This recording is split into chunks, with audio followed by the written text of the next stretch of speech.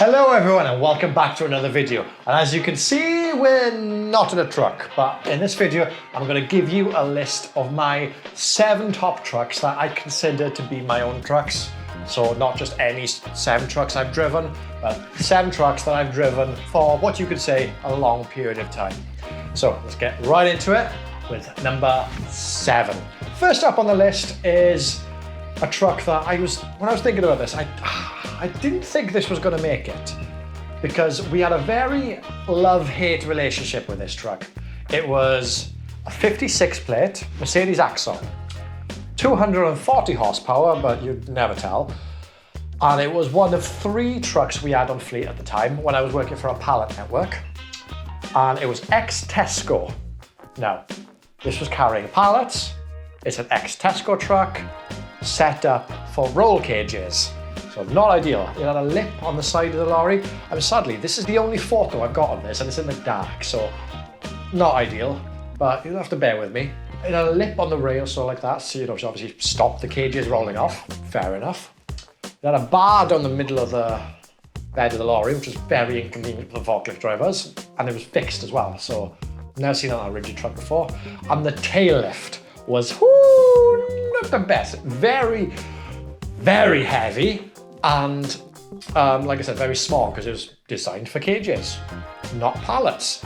So I don't know. When I got this truck, this was inherited by me after another driver left, and out of the 3 we had on fleet, this one was in the best condition. It was actually really well looked after considering the other 2.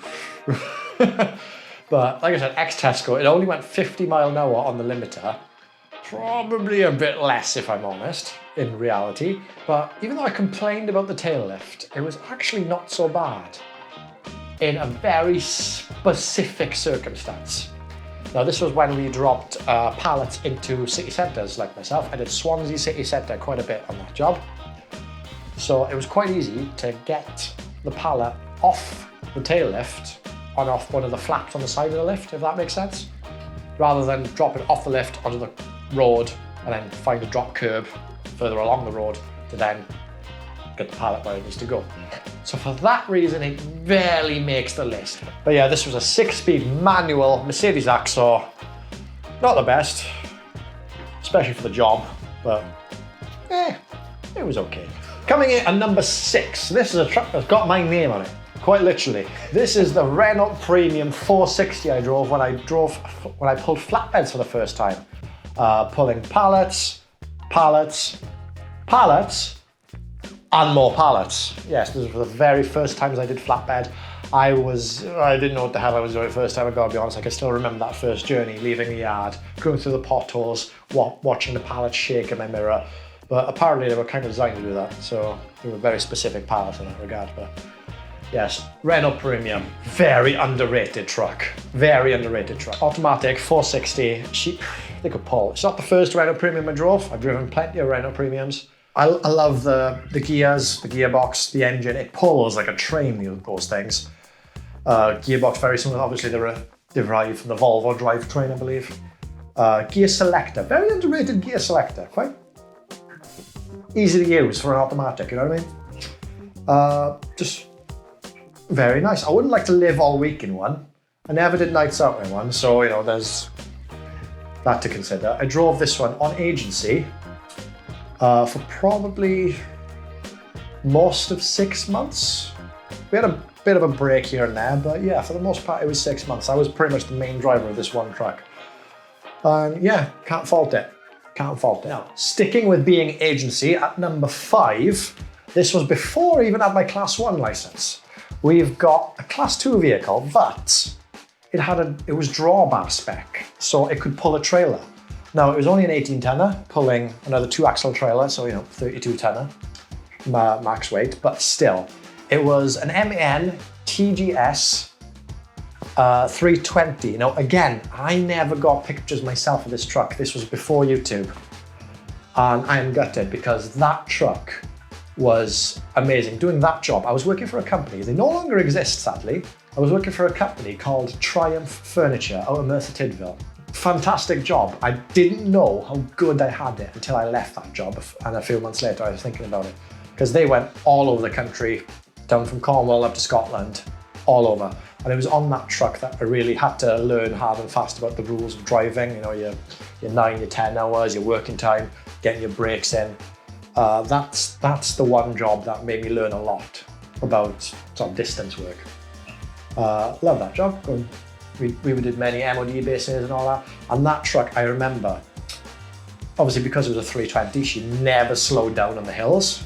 I was overtaking a lot, and I think she had a very generous limiter on her, if you know what I mean. Oh, 2008 that was, 2008 plate. And I was doing that job in 2015, so I remember I had roughly about 800,000 kilometers on it. So yeah, that was a good truck. But moving on, I would like to tell you this video is now sponsored by nobody but me. So subscribe, like, and leave a comment, yeah?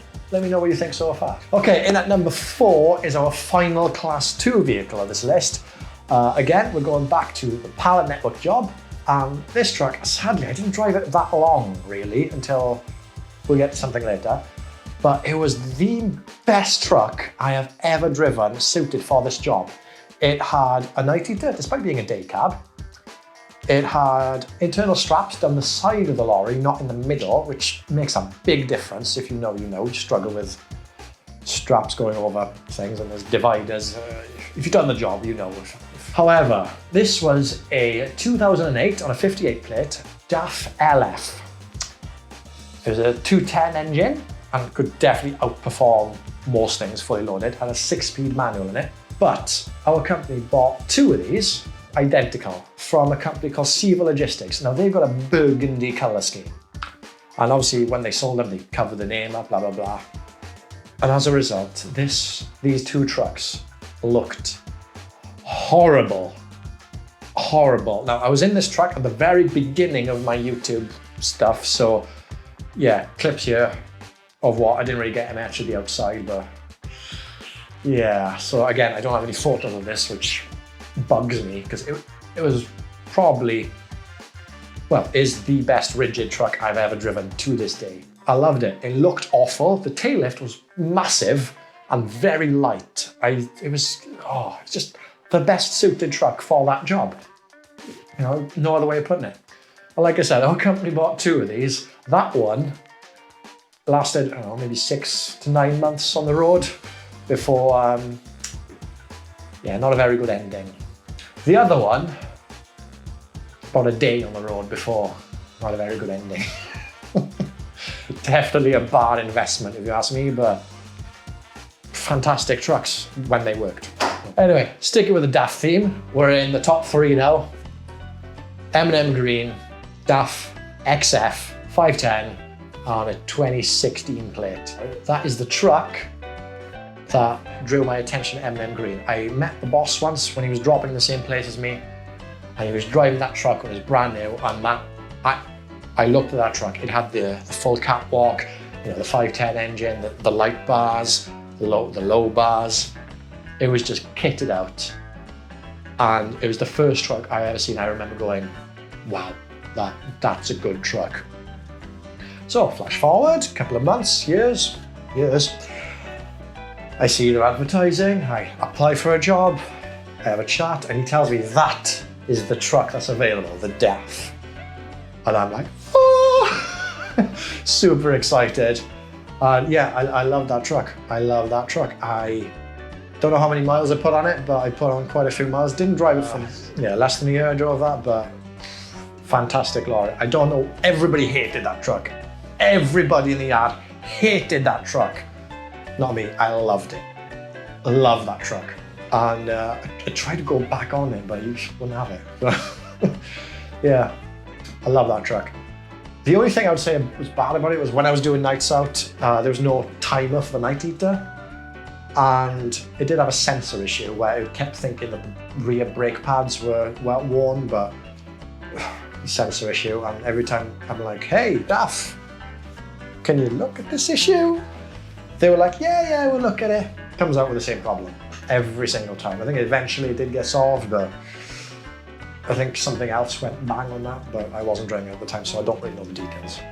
Of all the trucks I've listed so far, never really had any issues with any of them. apart from the rigid daft we spoke about. But yeah, that had problems before it came to us. So the top two places. Before we get into number 2 and number 1, I'm sure you can guess which order these are coming in. If you can guess, leave a comment. I would like to give an honourable mention. And this is a truck. This is a Scania R450 I drove. Now, I don't technically consider this one mine. Even though I drove it for about 3 months solid, I was covering the main driver who had gone home for an extended period of time because of family stuff. And honourable mention because this is the truck where I pretty much learned class 1. This is the truck where, as you can see in this photo, anyone who knows that who's been there will know, this is in Swansea, on this bay. It's an incredibly awkward bay to get onto, and me being a new driver at the time, I was clueless. Absolutely clueless. Luckily I had a trainer with me at the time. Well, actually no, he wasn't a trainer at the time. He was just another driver. Ooh. He told me what to do, how to line it up and all that, and eventually I was let loose by myself for how many weeks and months on this truck, and yeah, I learnt class 1 doing multi-drops on pallet necks with it. Top 2. What do you think they're going to be? I'm guessing you know what 2 are left. Number 2 position, we got to give it to the MAN TGX 580 I drove. Now this truck, it could outperform most things. The sound it gave when it was pulling up the hill, and there was a very beefy vibration in it as well. Very subtle, and had a very specific vibration when it was pulling up the hill at max weight as well. I remember a drop I did in near Dolgellau, got the farm, and it really performed doing that job, especially when we nearly had an issue with it. When it was in actually power reduced mode or whatever that means, we had an AdBlue issue. But again, we were back on the road within half hour of being an MAN, so it wasn't really that big of an issue.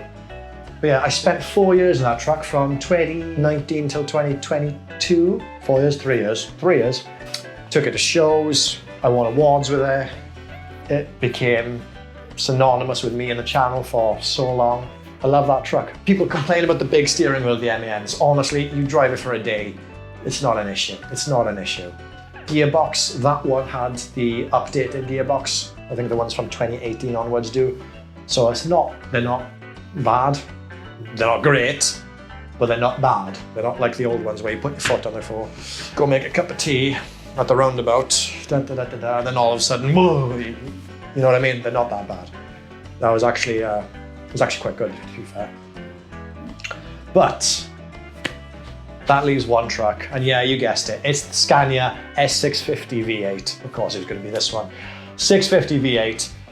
It didn't stop for anything. No matter what hill you came across, woo, that thing was gone, no matter what the weight. To live in, very comfortable, very comfortable. It's, unless you've actually driven one, you've experienced it, you've lived in one. You can't really explain how good it is, you know? Like, is the Scania hype just hype, or does it have some ground to it? Yeah, it's got some ground to it. Is it worth the extra money for the Scania versus, you know, like a Mercedes, a DAF, or a Iveco or something?